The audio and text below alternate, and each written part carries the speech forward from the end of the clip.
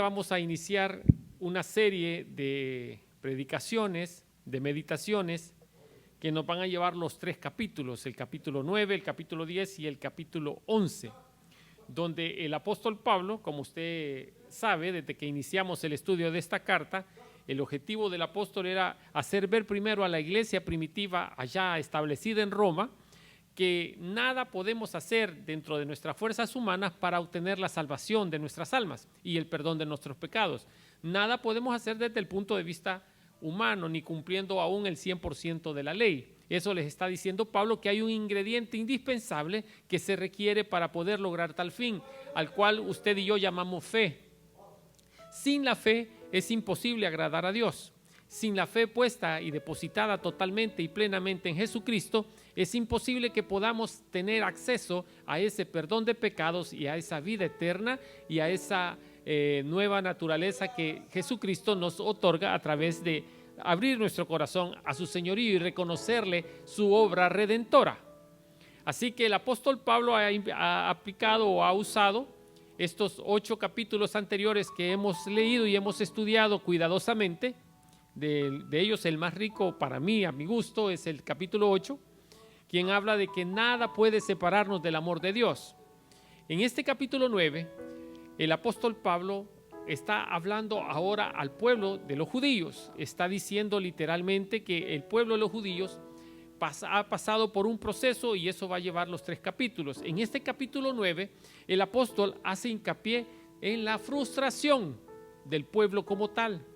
Entonces hay un fracaso del pueblo porque el pueblo quería ganarse el perdón de pecados, ganarse esa vida eterna a través del cumplimiento de la ley, a través de hacer buenas obras. Pero el apóstol está diciendo que no. Luego, en el capítulo 10, esa es la historia. En el capítulo 9 vamos a ver la historia del pueblo, del punto de vista del apóstol Pablo, como el pasado del pueblo de Israel también es el fracaso del mismo. En el presente es el endurecimiento que, aún teniendo las buenas nuevas de salvación predicadas por nuestro Señor Jesucristo, ellos endurecieron su corazón y no le reconocieron como el Mesías tan esperado.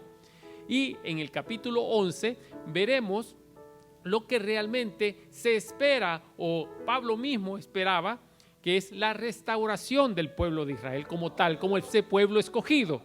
Y en ese pueblo no solamente el apóstol en este capítulo 9 hace ver de que no tiene nada que ver el ser descendiente sanguíneo de Israel o de Abraham, porque dice que no importa la descendencia por sangre, sino la descendencia de la promesa a través del hijo de Abraham que se llama Isaac.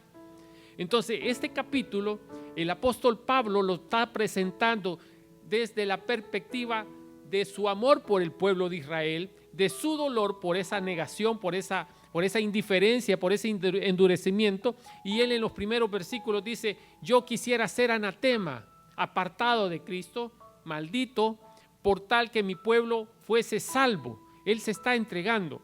Y no quiere decir que el apóstol Pablo de ninguna manera tenga más amor que Dios por su pueblo.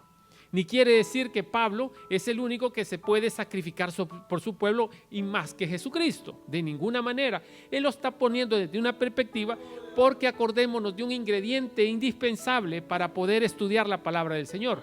Como lo decía nuestro hermano Horacio en la alabanza, toda la escritura es inspirada por Dios. En este momento el apóstol Pablo está siendo inspirado por el Espíritu Santo y está revelando el sentimiento de Dios a través de sus palabras, a través de su escrito. ¿Sí entendimos eso? Amén, qué bueno, porque a mí me costó. Vamos rápidamente. Vamos ahí voy a leer la versión Reina Valera. La palabra del Señor se lee en nombre del Padre, del Hijo y de su Santo Espíritu. Capítulo 9 de la carta a los Romanos. Verdad digo en Cristo, no miento, ni mi conciencia me da testimonio en el Espíritu Santo que tengo gran tristeza y continuo dolor en mi corazón. Porque deseara yo mismo ser anatema, separado de Cristo, por amor a mis hermanos, los que son mis parientes según la carne, que son israelitas, de todos los cuales son la adopción, la la gloria, el pacto, la promulgación de la ley y el culto y las promesas. ¿De quiénes son los patriarcas? De quienes son los patriarcas y de cuáles, según la carne, vino Cristo, el cual es Dios sobre todas las cosas, bendito por los siglos. Amén. Nos quedamos hasta ahí. Inclinamos nuestro rostro y oramos. Amadísimo Señor, a esta hora, Señor, que disponemos nuestro corazón, después que ha sido abonado, Señor, preparado a través de la alabanza, nos disponemos a recibir esta semilla de tu palabra para que pueda germinar, Señor, para que pueda dar frutos al 100%. Ayúdanos, Señor, a atesorarla de tal manera que podamos también ponerla por obra y dejar de ser simples oidores de tu palabra. Esta tarde, Señor, nos despojamos de manera especial, Señor, de todo conocimiento humano y me dejo para que tu Espíritu Santo pueda fluir a través de estos labios inicuos y que puedas hablar a cada uno de esos corazones, a los que estamos en este recinto, al que llamamos tu templo, y a aquellos que nos están sintonizando a través de la transmisión en vivo, Señor, por video. Quédate con nosotros y es en el nombre de tu Hijo amado Jesucristo que oramos en acción de gracias. Amén y amén. Puede tomar asiento. Como le decía mi amado hermano, ahora voy a usar otra traducción, que es la traducción viviente, para que podamos dimensionar lo que el apóstol Pablo está diciendo. Bueno, les comentaba de que ya el apóstol Pablo había dedicado los primeros 8 capítulos a que pudiésemos entender y que la iglesia allá en Roma pudiese entender que el hombre, a través de su esfuerzo propio, a través de sus habilidades, no puede obtener la tan esperada salvación de su alma y el perdón de sus pecados. Así que se hace necesario el poder invocar, el poder aceptar y reconocer en nuestro corazón de que Jesucristo, ese Mesías tan esperado, es el Hijo de Dios, al cual el pueblo de Israel se negó a darle ese reconocimiento. Por lo cual el apóstol Pablo en estos primeros capítulos, en estos primeros versículos, está dejando saber que él, como israelita, como hijo o descendiente de Abraham, de la promesa misma, existe un tremendo dolor en su corazón. Y ese dolor lo lleva a querer desear ser un anatema, o sea, un apartado de Cristo, un maldito prácticamente, con tal de poder ofrecer esa salvación que ya él estaba experimentando, ese gozo que él ya estaba experimentando, estaba renunciando a ello para que el pueblo de Israel pudiese tener la oportunidad de reconocer a Jesucristo como el Mesías tan esperado. Había un dolor tremendo en el apóstol Pablo y eso se reflejaba en estas palabras iniciales que el apóstol hace ver, y recuerda de que no existe absolutamente nada que el hombre pueda hacer para poder obtener esa salvación. El judío había caído en la religiosidad de querer cumplir la ley al pie de la letra y se limitaban a hacer buenas obras, y con esas buenas obras, con esa manifestación externa de la religión, ellos querían hacer creer que ya habían sido perdonados sus pecados. Pero recordemos que dentro del Evangelio, dentro de esas buenas nuevas de salvación de nuestro Señor Jesucristo, Él mantuvo la postura que Él no venía a quitar o a abrogar o a quitar la ley, sino que Él venía a cumplirla. ¿Y cómo la iba a cumplir? Se podrá preguntar usted. La venía a cumplir en sí mismo. Él iba a llevar la carga de todos nuestros pecados, los suyos, los míos y los del pueblo de Israel en ese momento, porque Él nos estaba viendo a futuro y Él iba a llevar ese pecado, ese peso de culpa, la iba a llevar en sí mismo.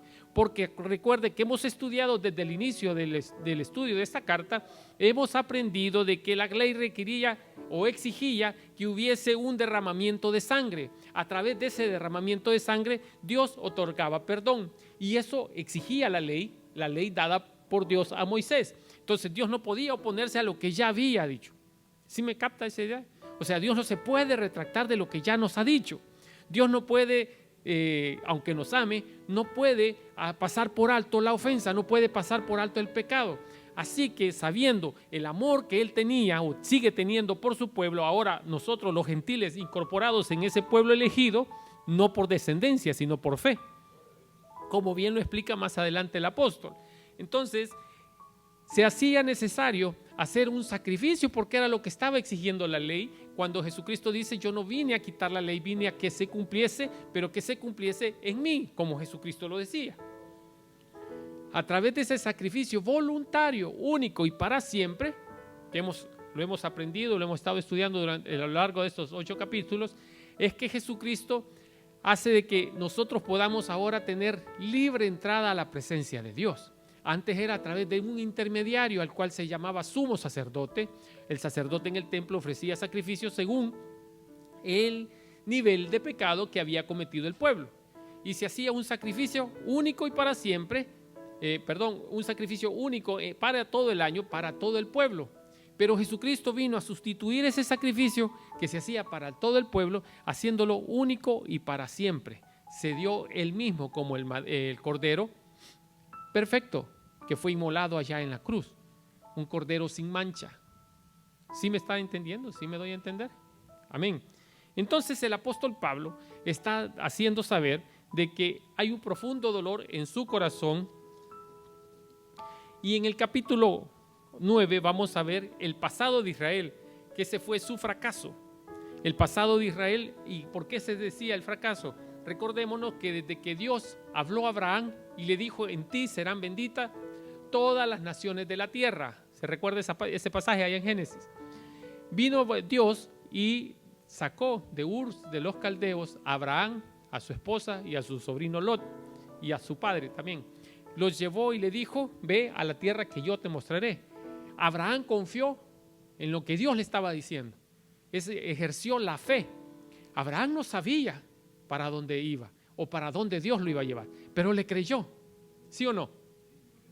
Dejó todo lo que tenía, se llevó lo que podía, pero la comodidad que nos da nuestro hogar, nuestro lugar de residencia, no lo cambia o no se cambia por ningún otro lugar. ¿Sí o no? Tuvimos esta semana la bendición de poder salir 3 días, creo. Sí, 3 días estuvimos fuera de nuestra casa, fuimos a Lake Tahoe, un viaje cansado, pesadísimo, pero por muy cómodo que usted pueda descansar, nada cambia la camita que uno tiene en su casa. No sé si a usted le ha tocado pasar por eso. Usted puede vivir muy humilde, no puede tener los lujos, pero nada cambia ese confort que le brinda su camita, su lugar de descanso, su hogar. Por muy lujoso que pueda ser el lugar donde usted llegue a reposar, nada lo cambia. Entonces, analizando el llamado de Abraham, Abraham dejó la comodidad a la que él estaba acostumbrado. La comodidad en que él decía: háganme esto, tráiganme esto. Ahora tenía que ir como forastero, como extranjero, a un lugar que él no conocía, a un lugar que no había señalización, no había puntos o parámetros para poder decir: hey, voy por buen camino. Simple y sencillamente se estaba dejando guiar por Dios hacia donde Dios quería tenerlo, guiándose por la voluntad misma de Dios. Entonces, el fracaso del pueblo de Israel en este capítulo 9 lo muestra, de que por más intentos que Dios hizo para que su pueblo se mantuviese dentro de la voluntad de Dios, dentro de esa voluntad divina, el pueblo siempre le dio la espalda. Dios les levanta posteriormente, después de los profetas, les levanta un rey porque ellos querían igualarse a sus pueblos circunvecinos, a esos pueblos paganos. Y como todos esos pueblos tenían un monarca, ellos le exigieron al profeta que querían también tener un rey. El profeta en ese momento, al igual que el Pablo, se sintió rechazado. Y Dios le aclara que no están rechazando al profeta, sino que lo están rechazando a él como Dios. Y les levanta al rey Saúl y les hace ver: sí, van a tener un rey, pero van a hacer la voluntad del rey. Y el rey va a tener la osadía quizás de tomar sus hijas. Y ya les está diciendo lo que el riesgo o el sacrificio que eso implicaba, tener un monarca, cuando ellos estaban siendo dirigidos por la voluntad de Dios. Este se convierte en el fracaso de Israel, que daban la espalda a Dios, caían esclavos, volvían a clamar a Dios, Dios les levantaba un libertador, y ese era un círculo vicioso. Nunca atesoraron ese privilegio que se había dado al pueblo escogido, al pueblo de Dios, allá en el llamamiento de Abraham. En ti serán benditas todas las naciones de la tierra. En ti serán benditas.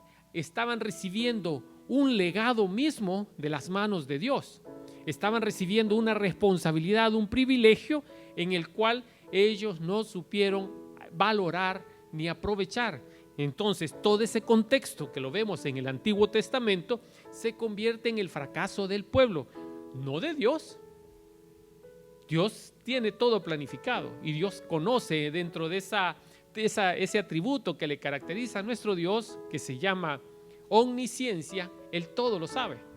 Él sabe cómo vamos a responder, Él sabe cómo vamos a actuar en determinadas circunstancias, pero hay algo que usted y yo hemos aprendido en el caminar de la mano con el Señor, de que nuestra fe es puesta a prueba. Nuestra dependencia, el hecho que usted esté esta tarde aquí rindiendo culto a nuestro Dios, también es sometida a prueba. ¿Y cómo probamos? Cuando venimos aquí, ¿cómo somos probados? Bueno, más de alguno no me va a dejar mentir, tuvo alguna visita y por eso no vino este día. O ustedes mismos tuvieron alguna visita y estuvieron a punto de tomar la decisión de no venir a congregarse porque había que atender la visita. Y esos son los distractores que el enemigo utiliza para que nosotros nos privemos de la bendición que ya tiene para cada uno de nosotros. Y la bendición no es sinónimo de ausencia de problemas. La bendición no es sinónimo de ausencia de aflicción. La bendición es que a pesar de los problemas, usted y yo siempre salimos adelante, no por nuestra capacidad, sino por nuestra confianza en nuestra fe depositada en ese Dios compasivo y misericordioso. Esa es la diferencia. Si usted está acostumbrado, usted ha ido a otras iglesias donde están diciendo que si usted acepta al Señor, usted va a estar libre de problemas, usted todo va a ser color de rosa, todo va a ser felicidad. Le están mintiendo, están jugando con sus emociones y sus sentimientos. El evangelio no es eso. Porque nuestro Señor Jesucristo dijo, en el mundo tendréis aflicciones. Y las aflicciones son aflicciones en toda la área de nuestra vida. Aflicciones de salud, problemas de trabajo, problemas laboral, desempleo, problemas de infidelidad en la familia, de traición, problemas de que los hijos se van tras la droga, alcoholismo, algún vicio. Esos son los problemas. Pero el hecho de que nosotros abramos nuestro corazón al señorío de Cristo no nos hace exceptos a ese tipo de problemas. Ahora, hay una ventaja allá si nos comparamos con el mundo, que nosotros no perdemos la confianza y la dependencia de Dios, y Dios nos toma de la mano y nos saca avantes a cualquier situación que estemos enfrentando. Esa es la diferencia. Usted y yo no somos más que los que están ahí en el mundo, pero valemos la sangre de Cristo. Aquellos que se han negado a sí mismos tener ese valor, reconocer a sí mismos ese valor de esa sangre preciosa derramada en la cruz del Calvario para la obtención de pecados y la salvación de nuestra alma y la vida eterna, valen menos porque no han tomado el valor que ellos deberían de tener a través de ese sacrificio de Cristo. Y el Señor no hace acepción de persona. Y es otro de los puntos que Pablo está aclarando. En el capítulo 10, por ejemplo, vamos a ver el presente. En ese momento que Pablo estaba escribiendo esta carta, vamos a ver que en ese momento el presente era el endurecimiento. Habían tenido ya el ministerio de 3 años y medio de nuestro Señor Jesucristo y ellos habían endurecido su corazón y no habían reconocido a Jesucristo como ese Mesías tan esperado. Porque según la mentalidad de ellos, el Mesías que esperaban era un Mesías de guerrero, un Mesías que iba a venir a quitarles la opresión que estaba ejerciendo el Imperio Romano en ese momento. Y por el contrario vimos a un Mesías, a un rey, nacido en unas condiciones humildes allá en el pesebre, en Belén. Entonces ellos no creían que Jesucristo, le tenían cierto respeto, le admiraban por su trabajo, por su conocimiento de las Escrituras, del trabajo de los profetas, pero jamás quisieron creer que Jesucristo era ese enviado de Dios, ese mismo Dios hecho hombre. Y al contrario, trataron de hacerle trampas para matarlo, para apresarlo y poderlo crucificar, y al fin lograron sus propósitos, ayudados por el Satanás, por el demonio. Pero no fracasó la palabra de Dios, no fracasó ese sacrificio, porque a través de ese sacrificio, ahora usted y yo, que no somos descendientes directos de Abraham a través de Isaac, sino que somos descendientes por esa fe que él tuvo en Jesucristo, en Dios, cuando le creyó y lo sacó de Ur de los Caldeos y le dice, ve a la tierra que yo te mostraré y ahí te multiplicaré como las arenas del mar. A través de esa fe, que ahora Dios nos los da como un don, como un regalo inmerecido, pone una cuota de fe en cada uno de nosotros para que podamos creer en la obra redentora de su Hijo Jesucristo. Ese fue el fracaso del pueblo primero, luego fue el endurecimiento, y en el capítulo 11 vamos a ver lo que es la restauración. Y esta restauración no tiene nada que ver con la sanguinidad o con la relación sanguínea que puedan existir entre los judíos. Le explico. Dice el apóstol Pablo en este capítulo de que no está hablando de la descendencia sanguínea, porque en ese caso también Ismael, que es hijo de Abraham, el primer hijo que tuvo Abraham a través de la esclava de su esposa Sara, Agar, es descendiente directo del padre Abraham. Pero no es a través de él que somos añadidos nosotros los gentiles, no es a través de él, ni aún los judíos, que van a obtener ese beneficio de ser pueblo escogido de Dios, sino que a través de la descendencia del hijo de la promesa. Y esa promesa de Isaac a Abraham lleva un ingrediente que es el que a nosotros nos hace parte de esa promesa. ¿Qué ingrediente es? Pregunto. Amén. Ese ingrediente es la fe. ¿Por qué la fe? Dice la palabra del Señor ahí en Génesis de que Abraham creyó contra esperanza, en esperanza contra esperanza. ¿Por qué? Porque era un hombre mayor, era un hombre viejo, y su esposa, a pesar de su edad, también tenía otra parte que hacía más difícil el proceso de ver una descendencia. Era estéril, Sara era estéril, pero Dios le da una promesa, porque cuando Dios le dice, voy a engrandecer tu descendencia, las haré como las estrellas del mar, como las estrellas del cielo, las arenas del mar. Yo iba a decir las estrellas del mar y las arenas del cielo, pero es que había tormenta en ese momento y entonces se levantó la arena. Para que no crea que me equivoqué, sino que tengo otra visión, mentira. Entonces, ese hijo, Abraham, le cae el 20, pone sus pies en la tierra y dice, ¿cómo yo siendo viejo voy a tener prole, voy a tener descendencia? Más mi mujer es estéril. ¿De dónde pues? ¿Será que a través de estos siervos? Porque los siervos se volvían propiedad y se volvían parte de la propiedad del amo. Entonces tal vez será a través de mi siervo que voy a tener descendencia. Dios no estaba hablando de ese tipo de descendencia según las leyes y las costumbres culturales en la región. Dios estaba diciendo explícitamente que Abraham iba a experimentar ese sentimiento enorme de ser padre a través de concepción humana con su esposa Sara. Iba a haber un embarazo completo. Esa promesa nace Isaac. Entonces, como Abraham, él jamás dudó. Al menos no hay dato escrito en la palabra de Dios, que nosotros llamamos la Biblia, de que Abraham hubiese dudado de eso. Él sabía su condición y sabía su realidad.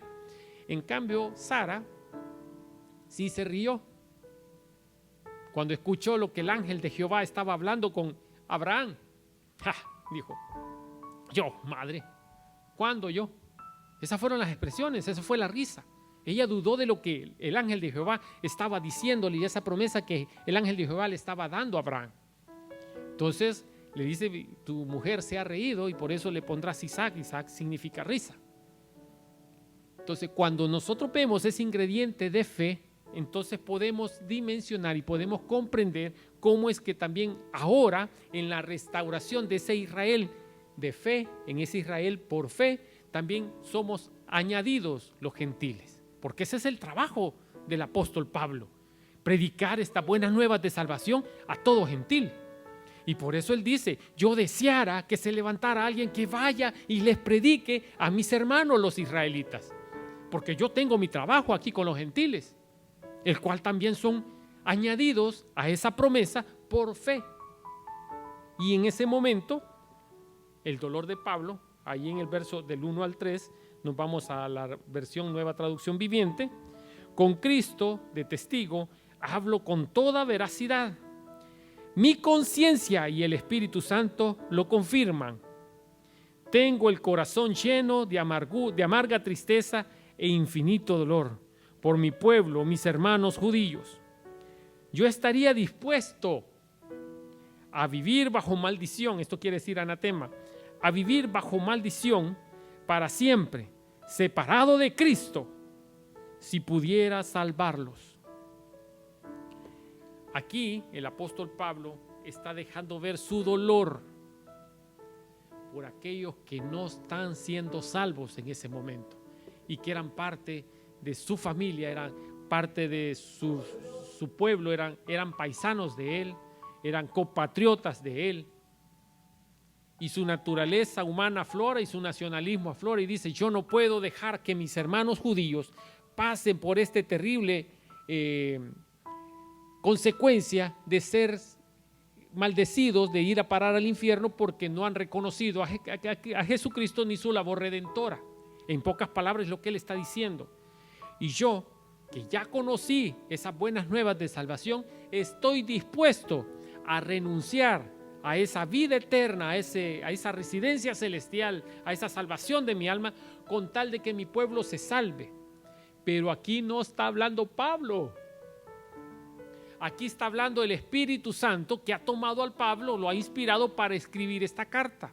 Entonces, el mismo Jesucristo está hablando a través de él. Dice: yo amo a mi pueblo y estoy dispuesto a volver a sacrificar mi vida con tal de que los israelitas en su totalidad, ese pueblo que yo escogí en la eternidad y hasta la eternidad, que iban a ser mi pueblo predilecto, estoy dispuesto a volver a sacrificar mi vida con tal de que cada uno de ellos se salve. Porque Pablo no puede tener más amor que Dios. Pablo no puede mostrar más misericordia que Dios mismo. Entonces es el Espíritu Santo que ha tomado la conciencia en la persona de Pablo para poder expresar el dolor, que también lo comparte Pablo, pero lo está sintiendo Dios por ese pueblo escogido. Y está viendo en perspectiva hacia atrás cómo ese pueblo también fracasó en ese llamamiento que Dios le hizo a través de la historia. Les dio la responsabilidad de llevar a ellos las buenas nuevas de salvación.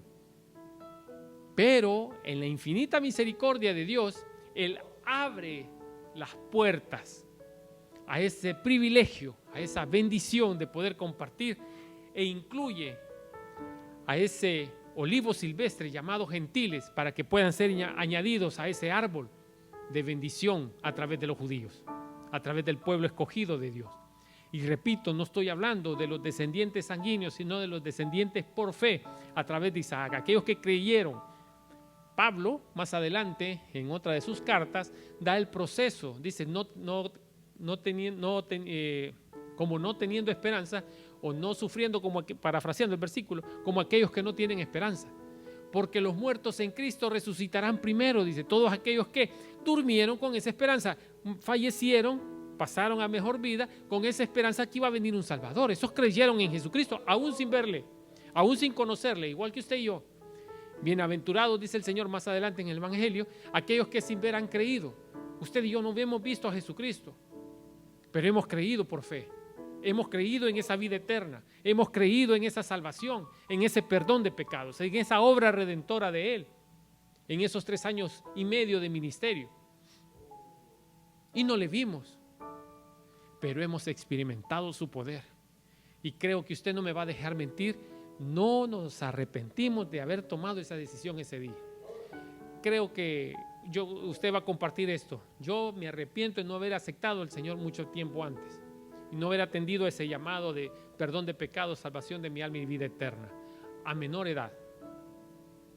Los que me conocen saben de que es una de las cosas que yo lamento, haber retenido ese llamado, no haber aceptado el llamado a primera instancia.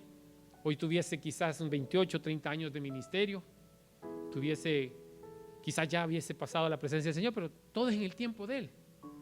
Y por eso es mi insistencia, por eso es mi deseo de no darle tiempo al tiempo. Yo no tengo tiempo para esperar más. Yo quiero que cuando pase a la presencia del Señor, yo llegar y presentarme ante su presencia y decir: Señor, misión cumplida. y que Él me diga, obrero fiel, en lo poco fuiste fiel, en lo mucho te pondré. Pero yo no quiero que me vaya a decir, enterraste tu talento y esperaste que pasara el tiempo y le diste tiempo al tiempo. No. Como decía un post en Facebook, corro porque no puedo volar. Entonces se trata de que este dolor que Pablo estaba sintiendo por sus hermanos, que Dios mismo lo estaba sintiendo por ese pueblo de Israel, ahora usted y yo sintamos este mismo dolor por aquellos que no conocen de Jesucristo, por aquellos que por testimonio mismo de miembros de la iglesia, de discípulos de este evangelio, han dejado en mal predicado las buenas nuevas de salvación. Es nuestro deber, su deber y el mío, el que nos duela que esa gente se esté yendo allá afuera al infierno. Y nosotros cómodamente discutiendo cuestiones doctrinales que a la fin de cuentas no nos van a salvar. Lo que nos salva es nuestra fe en Jesucristo. Eso es lo que nos hace salvos. No hay ninguna cosa que le podamos añadir. Claro, dentro de la edificación personal, de nuestro crecimiento espiritual, sí vale la pena ir conociendo más del carácter de Cristo, del carácter de Dios mismo. Pero no por ello nos vamos a sentar, nos vamos a tomar el tiempo de discutir esos temas y dejar que la gente allá afuera, aquellos amigos que no conocen del Señor, se vayan al infierno porque nadie ha tenido la valentía de presentarles ese plan de salvación. Nadie ha tenido la valentía de testificar de la obra que Dios mismo ha hecho en cada una de nuestras vidas. Esa obra de protección, esa obra de provisión, cualquiera que sea. Pero usted y yo que estamos esta tarde aquí, hemos tenido una experiencia personal con el Señor. Aparte del día que le abrimos nuestro corazón a su señorío, hemos tenido una experiencia de provisión de Él, de cuidado de Él, de protección de Él, de sanidad misma de Él. Y eso es lo que tenemos que hablarle al mundo, lo que Dios ha hecho en nosotros y con cada uno de nosotros. No por mérito, sino por pura gracia de Él, por pura misericordia de Él. Y esa es la parte que Pablo en estos primeros 4 versículos hace ver de que a él le duele lo más profundo de su corazón. Y repito, esto es el Espíritu Santo hablando a través de la boca de Pablo, a través de la mano de Pablo, puño y letra de Pablo, diciendo cuál dolor también existe en el corazón de Dios, porque su pueblo se ha endurecido, pero que espera que un día acepten esa restauración ofrecida por Dios. En el verso 5, en el verso 4, vamos a continuar el verso 4. Ellos son el pueblo de Israel elegidos para ser los hijos adoptivos de Dios. Él les reveló su gloria, hizo pactos con ellos y les entregó su ley. Está hablando de la parte del endurecimiento. Les dio el privilegio de adorarlo y de recibir sus promesas maravillosas. Abraham, Isaac y Jacob son los antepasados de los israelitas.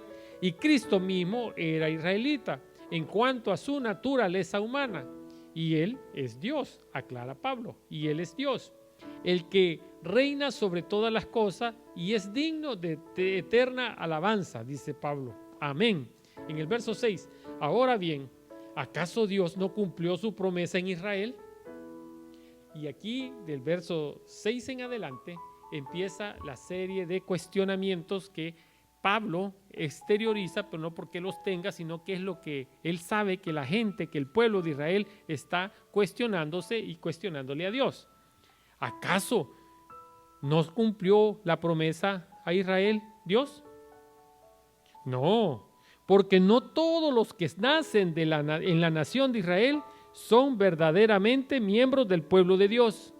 El hecho que yo haya nacido como en el pueblo de Israel, que mi papá y mamá se hayan andado de viaje y que yo hubiese nacido allá, no me hace del pueblo de Dios, porque solo es mi ombligo el que fue enterrado ahí, porque yo nací allí, pero eso no me hace que yo sea sanguíneamente israelita. ¿Sí me doy a entender? Mi lugar de nacimiento es allá, pero mi origen étnico no es judío. Mi origen étnico va a seguir siendo latino. ¿Sí me entienden? Como los salvadoreños o centroamericanos o latinoamericanos nacidos en Estados Unidos, su lugar de nacimiento es Estados Unidos, pero no son norteamericanos por consanguinidad, sino por nacimiento. Su grupo étnico va a ser de donde ellos vengan. Incluso en Estados Unidos no hay nadie que sea aquí a no ser los indios, los nativos de esta tierra. Pero de ahí todos son extranjeros, todos vinieron de fuera, de Irlanda, de Inglaterra, vaya usted a saber, de muchas partes del mundo. Y esta es una ciudad donde se reúnen todas las etnias. Pero que alguien nazca aquí, de los que venimos de otros países, no lo hace, voy a decir esto con respeto, no lo hace gringo. Su lugar de nacimiento es Estados Unidos, pero usted no es gringo. Usted es su raza o su grupo étnico va a ser latinoamericano, centroamericano, mexicano. ¿Sí me explico? Entonces, lo mismo es lo que Pablo está diciendo. ¿Acaso Dios no cumplió su promesa a Israel? No, porque no todos los que nacen en la nación de Israel son en verdad miembros del pueblo de Dios. Ser descendiente de Abraham no los hace verdaderamente o verdaderos hijos de Abraham. Y se está refiriendo a esta nación árabe, porque de allí descienden o de allí ascienden los hijos de Ismael. Se convirtieron en esta nación árabe. Entonces, aunque había sangre de Abraham en ellos, no los convierte en el pueblo elegido de Dios, porque ese pueblo nace y se hace a través de la descendencia de Isaac, que es el hijo de la promesa. ¿Sí me estoy dando a entender? El tiempo nos come. Termino con el otro versículo. Estamos en el 6, ¿verdad? Verso 7.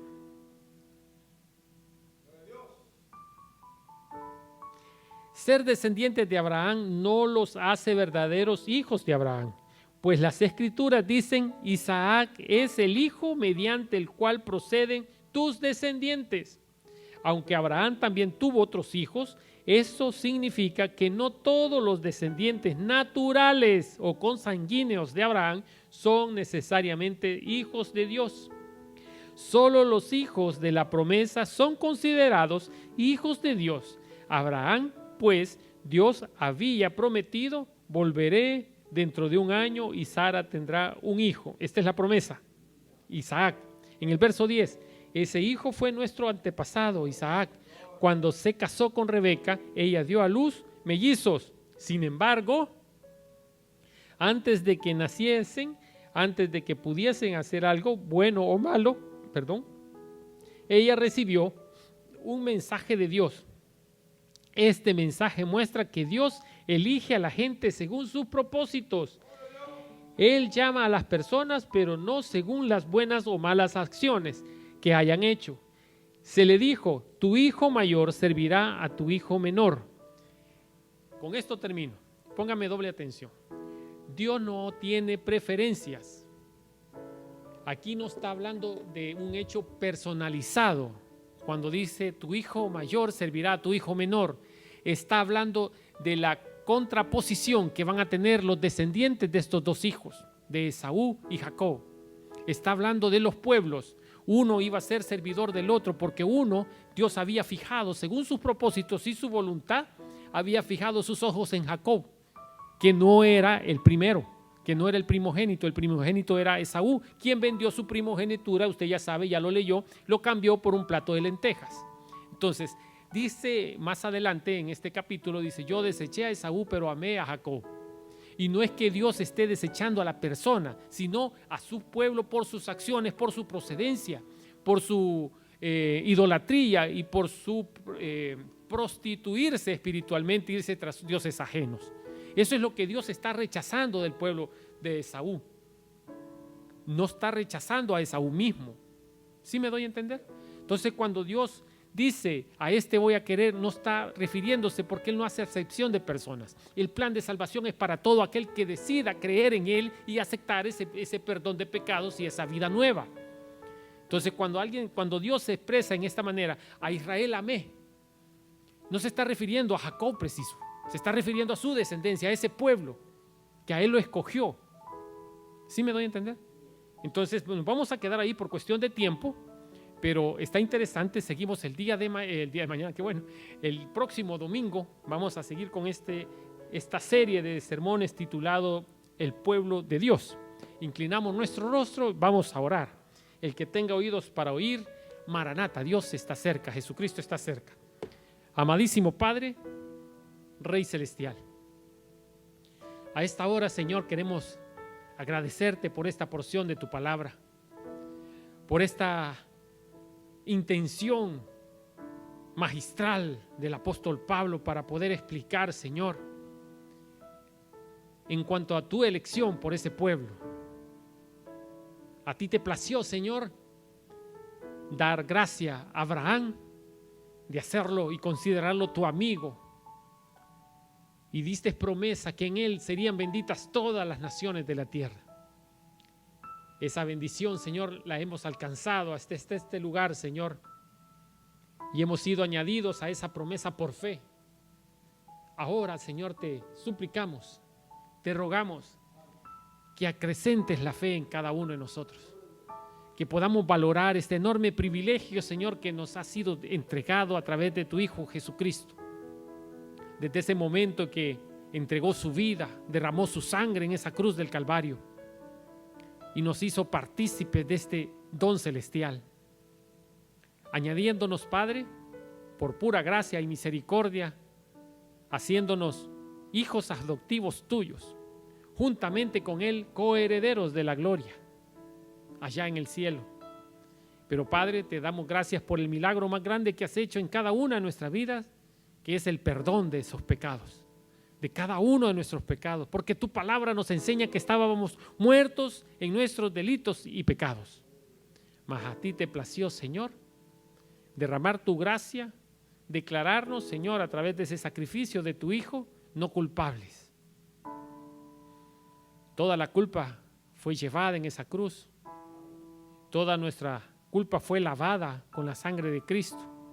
Y ahora tenemos entrada hasta el trono de la gracia, Señor. Por lo cual, rendimos a ti toda nuestra alabanza y nuestra adoración en agradecimiento.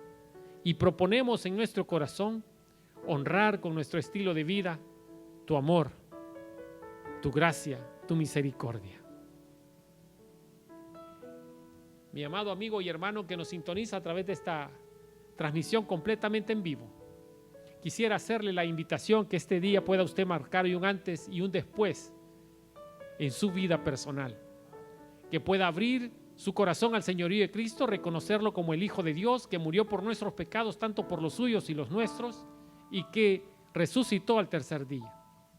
Si usted cree esto en su corazón, la carta del apóstol Pablo a los romanos en su capítulo 10, verso 9 y 10 nos dice que con el corazón se cree, mas con la boca se confiesa para salvación y vida eterna. En ese trabajo incansable de Pablo para que sus hermanos encontraran esa salvación y ese perdón de pecado, nos lleva a este momento de la historia, en este año 2021, a poder ejercer lo mismo, confesar con nuestra boca. Allí donde usted se encuentra, quizás en la intimidad de su hogar, o quizás está laborando, tómese el tiempo para poder asegurar su eternidad, la salvación de su alma y la vida eterna. Con una pequeña pero poderosa oración. La oración en sí no salva, pero sí la actitud de su corazón. Le invito a que repita después de mí: Señor Jesús, yo te recibo hoy como mi único y suficiente Salvador. Reconozco, Padre, que soy pecador, que te he faltado, que te he fallado. Cámbiame, transfórmame, perdóname. Séllame con tu Espíritu Santo, que sea Él el encargado de realizar esta obra regeneradora en todo mi ser. Gracias doy al Padre por enviar a su Hijo a morir en mi lugar, y que esta tarde mi nombre sea inscrito en el libro de la vida del Cordero, para que cuando yo muera o tú vengas por mí, vaya directamente a tu presencia. En Cristo Jesús mi Salvador. Amén, amén y amén.